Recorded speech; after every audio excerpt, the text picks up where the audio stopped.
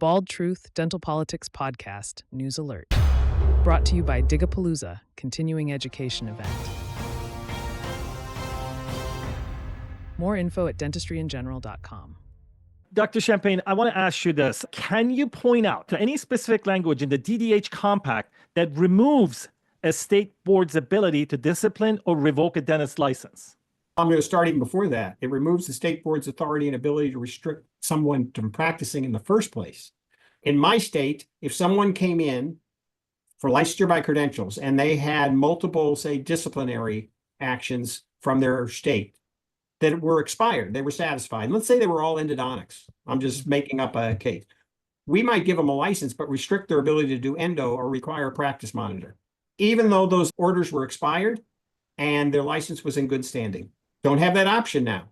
Once one state in the compact gives a license, it doesn't matter if they committed a felony. If that state decided to grant the license, you don't have the ability to say, no, we want to review what that is. No, they were selling drugs. We don't think, no, that was a pediatric sexual charge. We don't want somebody to be able to treat a pediatric patient.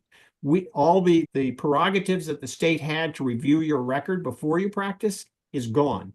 It's eliminated. If they come in as a compact privilege and have a license in a state in the compact, you cannot review it, or you cannot say no. I don't know a greater challenge to authority than to say you don't have the ability who's going to practice in the first place. That's the first thing. The second thing is back to discipline.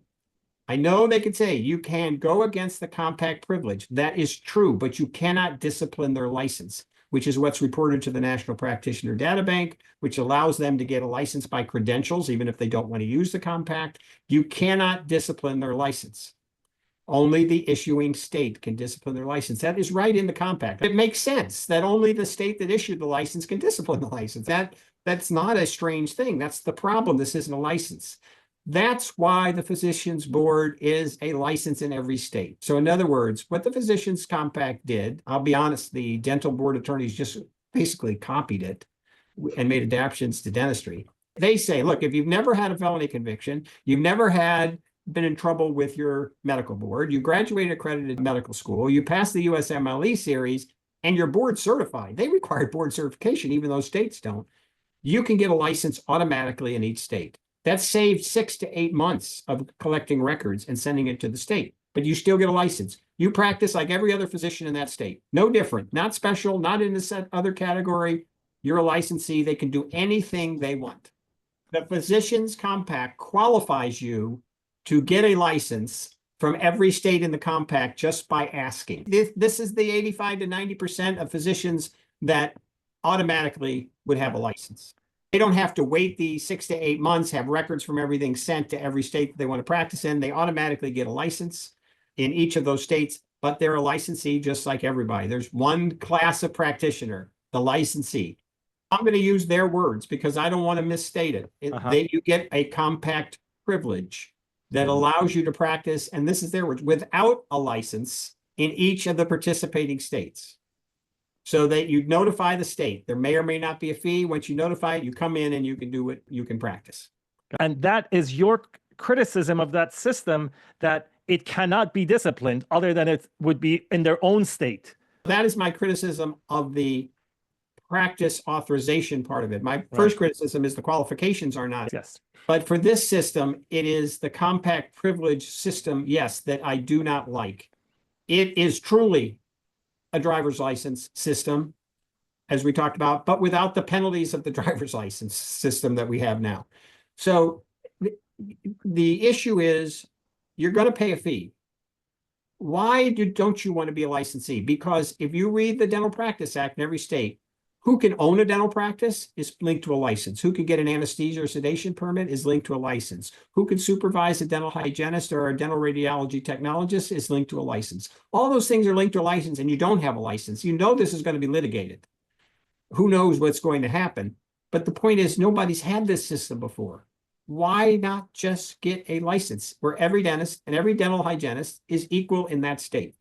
But to say it doesn't take away the authority of the dental board when they don't have any say on whether you can practice or not, me as a licensee in the state may have to have met much higher requirements to be able to practice than somebody coming in for a compact privilege. And I'll give you an example, continuing education. There are some states that only require 4 hours of CE, okay? So my state requires 32.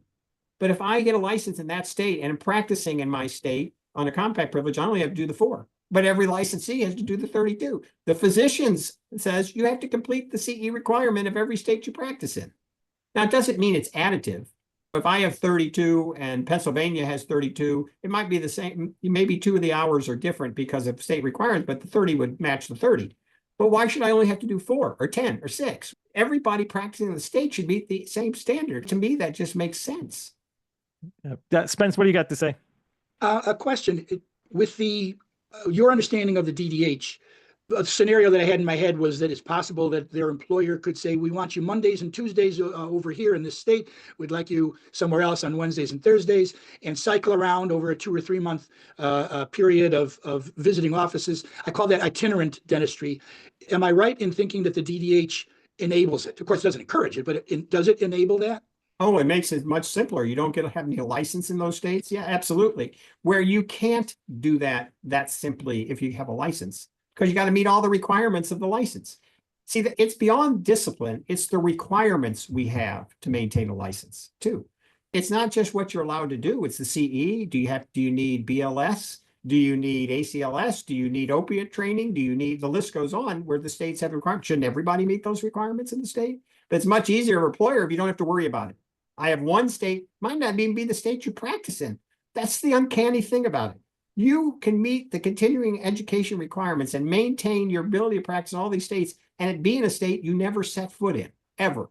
And this is where I come in, Spence, when I talk about the big dentistry that you talk about, the DSOs. This is not helping dentists. I don't need that, right? If I want to move to Florida, look, I have to sell my house. I have time to go ahead and do this. It's not, as Spence said, spend $300 on a plane ticket on Tuesdays. You go and produce another $8,000 for this office and come back and do another $8,000. Yeah, it's great for that organization and maybe that dentist, but it doesn't help the profession of dentistry, doesn't help patients, doesn't help regular dentists like Spence and I. Who is this benefiting? For more conversations, visit dentistryingeneral.com.